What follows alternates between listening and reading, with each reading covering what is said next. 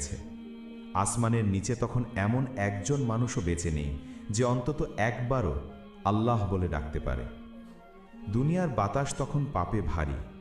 কাবা ঘরের দিকে কেউ আর ফিরেও তাকায় না। মসজিদগুলো পড়ে আছে, কিন্তু সেখানে কোনো সিজদাকারী নেই। মানুষের মধ্যে তখন লজ্জা বলতে কিছু নেই। তারা পশুর মতো রাস্তার মোড়ে মোড়ে প্রকাশ্যে জিনা ব্যভিচারে লিপ্ত। ভাই তার ভাইয়ের বুকে নির্দ্বিধায় ছোড়া বসিয়ে দিচ্ছে শুধু কিছু সম্পদের লোভে। দুনিয়া তখন পুরোপুরি শয়তানের রাজত্বে পরিণত।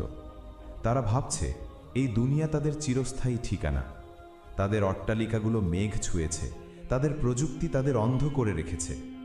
তারা ভুলে গেছে যে এই বিশাল মহাবিশ্বের একজন মালিক আছেন, যিনি একটি মাত্র আদেশের মাধ্যমে সব কিছু স্তব্ধ করে দিতে পারেন।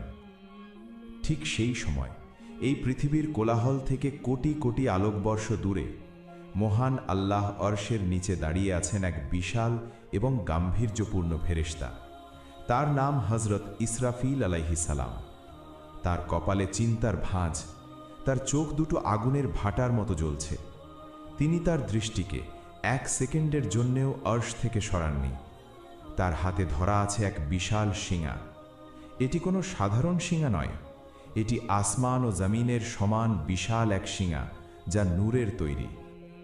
হাদিসের বর্ণনায় এসেছে, যেদিন থেকে আল্লাহ তাআলা ইসরাফিল আলাইহিস সালামকে এই শিঙা দিয়ে